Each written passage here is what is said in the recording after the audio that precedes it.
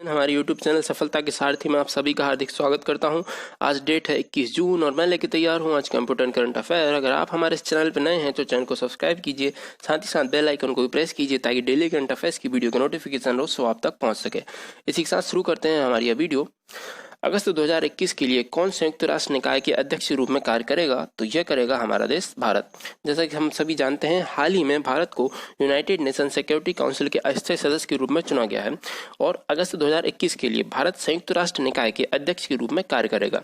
नियमों के अनुसार वर्णमाला क्रम के अनुसार प्रत्येक देश 1 महीने के लिए बारी बारी से इसकी अध्यक्षता करता है। हाल ही में भारत, नॉर्वे, आयरलैंड, केन्या और मैक्सिको को यूएनएससी के अस्थायी सदस्य के रूप में चुना गया। इनका कार्यकाल होगा 2 साल का और यह शुरू होगा 1 जनवरी 2021 से। और हाल ही में यूनाइटेड नेशन के भारत में स्थायी प्रतिनिधि चुने गए टीएस त्रिमूर्ति, तो उनको आप याद रखिएगा। इसी के साथ हम शुरू करते हैं हमारा अगला क्वेश्चन। विश्व स्तर पर विश्व शरणार्थी दिवस वर्ल्ड रेफ्यूजी डे कब मनाया जाता है? तो यूनाइटेड नेशन हर साल 20 जून को वर्ल्ड रेफ्यूजी डे के रूप में मनाता है और इसका जो उद्देश्य होता है वो यह है कि दुनिया को बताना कि हर व्यक्ति समाज के कल्याण में सक्षम है। और इसकी जो इस बार की थीम है वह यह है कि every action count. United nation के महासचिव हैं एंटोनियो गुटेरेस। इसके अलावा बात की जाए 14 जून की, तो 14 जून को मनाया जाता है world blood donor day. Karl Landsteiner की बर्थ एनिवर्सरी पे 15 जून को मनाया जाएगा वर्ल्ड विंड डे। 7 जून को मनाया गया वर्ल्ड फूड सेफ्टी डे और इसकी जो थीम थी वह थी फूड सेफ्टी एवरीवन्स बिजनेस। इसी के साथ हम बढ़ते हैं हमारे अगले क्वेश्चन की तरफ। हाल ही में ब्रिटिश पेट्रोलियम कहाँ अपना ग्लोबल बिजनेस सर्विस सेंटर खोलने जा रही है? तो यह है महाराष्ट्र का पुणे। ब्रिटेन की प्रमुख तेल कंपनी ब्रिटिश पेट्रोलियम अपने वैश्विक व्यवसायों को सपोर्ट करने के लिए महाराष्ट्र के पुणे में ग्लोबल बिजनेस सर्विस सेंटर खोलने जा रही है।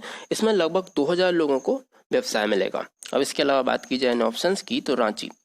हाल ही में रांची में दिव्यांगों के लिए कौशल विकास, पुनर्वास एवं रोजगार के लिए समग्र क्षेत्रीय केंद्र का उद्घाटन किया गया।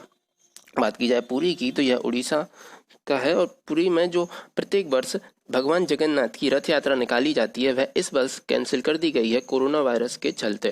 इसके अलावा मुंबई में हाल ही में एक ऐप लॉन्च की गई जिसका नाम है एयरबेंटी। इस ऐप की सहायता से मुंबई के जो नागरिक हैं वह सरकारी व प्राइवेट हॉस्पिटल में आईसीयू व वेंटिलेटर की उपलब्धता की जानकारी लगा सकते हैं।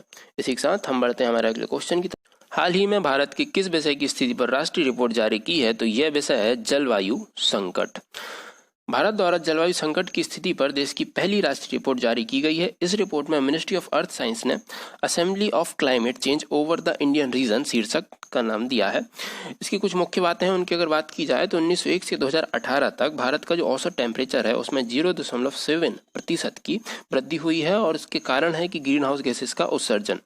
इसका अगला पॉइंट है 2099 तक जो तापमान है वह 2.7 से 4.4 डिग्री सेल्सियस तक बढ़ने की संभावना है।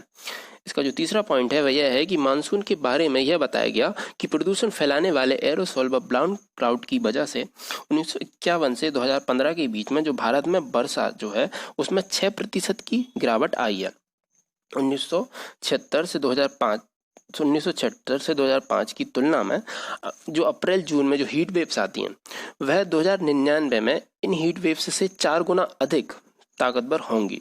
अब बात की जाए मिनिस्ट्री ऑफ अर्थ साइंस की, तो यह है हर्षवर्धन, इनको याद रखिएगा। इसी के साथ हम बढ़ते हैं हमारे अगले क्वेश्चन की तरफ। हाल ही में किस बैंक ने कोविड-19 महामारी को कवर करने वाली हेल्थ पॉलिसी लॉन्च की है? तो यह बैंक है कर्नाटक बैंक। कर्नाटक बैंक ने universal Sompo general insurance limited के साथ मिलकर कोविड-19 से लड़ने के लिए स्वास्थ्य बीमा पॉलिसी लॉन्च की है। इसमें 120 दिन की अवधि तक 399 रुपए के प्रीमियम पर कोविड-19 के लिए स्वास्थ्य कवर मिलेगा। बात की जाए कर्नाटक बैंक की, तो उसके एमडी व सीईओ हैं महाबलेश्वर एमएस। इसके अलावा एसबीआई की अगर बात की जाए तो इसके जो वर्तमान में चेयरमैन है वह है रजनीश कुमार। इसका हेडक्वार्टर है मुंबई में। इसकी स्थापना हुई थी 1 जुलाई 1955 को। बात की जाए नाबार्ड की, तो national bank for agriculture and rural development, इसकी स्थापना हुई थी 12 जुलाई 1982 को। इसके जो चेयरमैन है वह है गोविंद राजुल चिंटू। इसी के साथ हम बढ़ते हैं हमारे अगले क्वेश्चन में। एमओएचयूए और सिडबी ने किस योजना के लिए एमओयू पर हस्ताक्षर किए हैं? तो यह योजना है पीएम स्वनिधि। पीएम स्वनिधि एक स्ट्रीट वेंडर के लिए एक विशेष ऋण सुविधा है। इसकी अगर बात की जाए तो इस MOU के अंतर्गत PM स्वनिधि योजना का कार्यवाहन ministry of housing and urban affairs मंत्रालय के मार्गदर्शन पर सिडबी द्वारा किया जाएगा। अब बात की जाए housing and urban affairs minister की तो वह है हरदीप सिंह पुरी। बात की जाए सिडबी की तो small industrial development bank of India. इसकी स्थापना हुई थी 1990 में। इसके जो चेयरमैन हैं वह हैं मोहम्मद मुस्तफ़ा। इसका हेडक्वार्टर है लखनऊ में। इसी के साथ हम बढ़ते हैं हमारे अगले क्वेश्चन की तरफ। हाल ही में किसने R&D पोर्टल सत्यभामा लॉन्च किया है? तो यह लॉन्च किया है हमारे केंद्रीय कोयला खान व संसदीय मामलों के मंत्री प्रहलाद जोशी जी ने। R&D portal science and technology योजना फॉर आत्मनिर्भर भारत इन माइनिंग एडवांसमेंट आज सत्यभामा शुरू किया गया है। इसके माध्यम से विभिन्न योजनाओं के क्रियान्वयन में दक्षता बढ़ेगी एवं ऑनलाइन निगरानी रखी जा सकेगी। इस पोर्टल को नीति आयोग के NGO दर्पण पोर्टल के साथ एकीकृत किया गया है। इसी के साथ हम बढ़ते हैं हमारे अगले क्वेश्चन की तरफ। हाल ही में 10वें वित्त आयोग के सदस्य BPR विट्ठल का निधन हो गया है। वह क्या थे? तो यह थे फेमस अर्थशास्त्री, बायोवृद्ध अर्थशास्त्री। 10वें वित्त आयोग के सदस्य BPR विट्ठल का निधन हो गया है। वे 1950 बैच के IAS अधिकारी थे। इन्होंने अंतर्राष्ट्रीय मुद्रा कोष में मालावी और सूडान की सरकारों के राजकोषीय सलाहकार के रूप में कार्य किया था। उन्होंने centre for economic and social studies Hyderabad की स्थापना में महत्वपूर्ण भूमिका निभाई थी। इसी के साथ हम बढ़ते हैं हमारे अगले क्वेश्चन की तरफ। हाल ही में सौरभ गांगुली और सुनील छेत्री को किस सीमेंट का ब्रांड एम्बेसडर बनाया गया? तो इनको बनाया गया JSW सीमेंट का ब्रांड एम्बेसडर। JSW सीमेंट कई राज्यों में अपना मार्केटिंग अभियान लीडर्स चॉइस की शुरुआत कर रही है। इसके जो हेडक्वार्टर है वह है मुंबई में। मैनेजिंग डायरेक्टर है पार्थ जिंदल। इसके अलावा बात की जाए सौरभ गांगुली जी की तो यह वर्तमान में BCCI के अध्यक्ष हैं।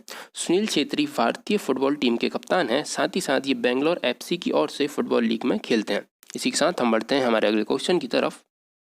किस शहर का Rajiv Gandhi stadium Khelo India state centre of excellence बनाया जाएगा? तो यह है मिजोरम का आइजोल शहर। यह खेल मंत्रालय के अभियान के तहत शुरू होगा और हर राज्य का जो UT है, हर राज्य के UT में खेलो Indian state centre of excellence बनाए जाएंगे, जिससे हर स्तर पर खेल की युवा प्रतिभाओं को बढ़ावा मिल सकेगा और भारत ओलंपिक गेम्स में अच्छा प्रदर्शन कर सकेगा। इसके अलावा बात की जाए ऑप्शंस के बारे में तो हैदराबाद है तेलंगाना की कैपिटल। हैदराबाद में है राजीव गांधी क्रिकेट स्टेडियम एवं हैदराबाद मूसी नदी के तट पर है। बात की जाए दिसपुर की तो दिसपुर है असम की कैपिटल एवं कोहिमा है नागालैंड की कैपिटल। तो इनको आप याद रखिएगा। इसी के साथ आज की हमारी यह वीडियो यहीं ख़त्म करते हैं। अगर आपको हमारी ये वीडियो पसंद आई है तो इसको ज़्यादा से ज़्यादा लाइक और शेयर कीजिए। कल फिर मिलेंगे दोस्तों। जय हिंद।